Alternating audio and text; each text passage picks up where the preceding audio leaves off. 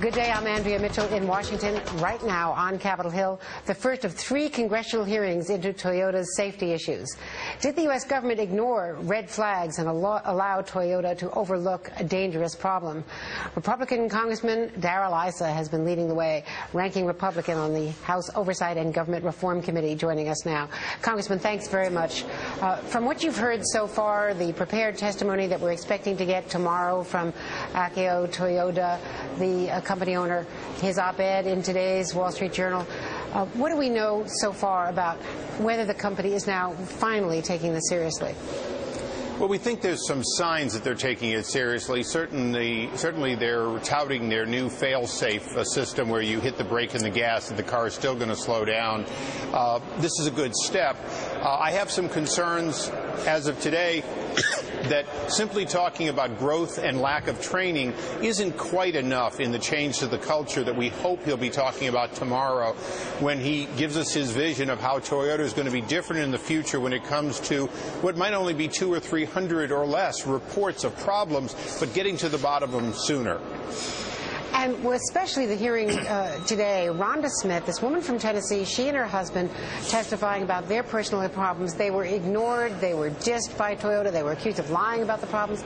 It was clearly an electronic problem. I'm no expert here. Believe me, anyone who knows me knows I am no expert on cars or driving for that matter. But the fact is that this woman repeatedly, she tried everything. She went into every gear. She was, trying to get into neutral, then she tried to pull over, and the car still kept turning over. No, absolutely. Having more than almost 30 years now in electronics, and particularly auto electronics, I know how frustrating it can be when there is a random problem. It's not being duplicated everywhere, but somebody really is having the problem. And I think her testimony, although anecdotal, is a good lesson to all the car companies that they have to take every safety question serious, even if it's the first one they've heard. Now, Mr. Toyoda's op-ed in today's Wall Street Journal, they know they've got a problem now. He writes, "It is clear to me that in recent years we didn't listen as carefully as we should or respond as quickly as we must to our customers' concerns. While we investigated malfunctions in good faith, we focused too narrowly on technical issues without taking full account of how our customers use our vehicles."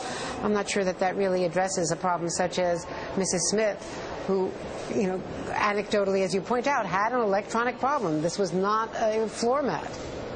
Yeah, there's no question that the floor mat fits the how they use it. Perhaps a cup holder where someone dumps their coffee into the electronics would describe it. But in this case, Toyota is not a leader in looking at small electronics or non-electronics concerns, and they need to become one. They are one of the finest manufacturers, but right now we're asking the question of, do they listen? Are they prepared to listen? I think their dealers listen well, but does the company listen well, and does it transmit all the way back to Japan, or is there going to be real capability in the U.S. to deal with these without having to go to Japan? Now, Congressman Issa, you brought it up, and I want to put it out there for all of our viewers and anyone who's been reading about this, because there has been no one who's been more aggressive in going after this problem, the government regulatory side and the company side. But you did have a background before, when you were in private business, in the alarm system, the auto alarm system, Viper, and you obviously did sell to Toyota. So that's the extent of your involvement at this stage. Oh, absolutely. Actually, I did not sell to Toyota. I did sell products that went into Toyota. After I left the company, my former company, which I no longer own, has done some licensing arrangements. But, one thing about this town is if you're not willing to forget about what's in your personal best interest and look at the interest of the American people, then you should take off your tie and go home.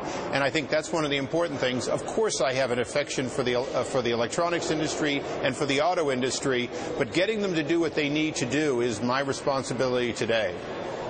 And do you think today that NHTSA and, in fact, the people at the Department of Transportation have in any way, well, let's talk about NHTSA over the years, has the National Highway Transportation Safety Board, have they been too cozy with the industry in the past?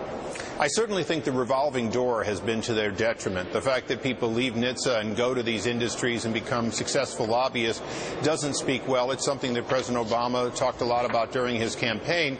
Additionally, I think that when there's a record of NHTSA not asking for more resources, not being innovative in new technology, and more importantly, abandoning some inquiries saying they don't have resources. Well, they're not asking for more resources. And Andrea, the auto companies spend over $86 billion a year in research and development. NHTSA's job with its $18 million budget is to make sure they do their job, not to actually be replacement designers.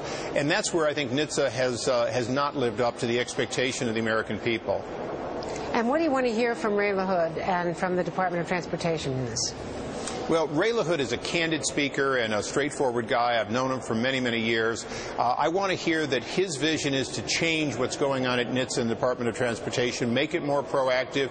If he needs systems or dollars, to come to us for it, but more importantly, to make sure that they change the bureaucratic paper pushing that, quite frankly, has taken care of a lot, but not all the safety concerns in the last few years. And Darrell Issa, the ranking Republican on the committee that's going to be holding the big hearings tomorrow, thank you very much. Thanks for joining us.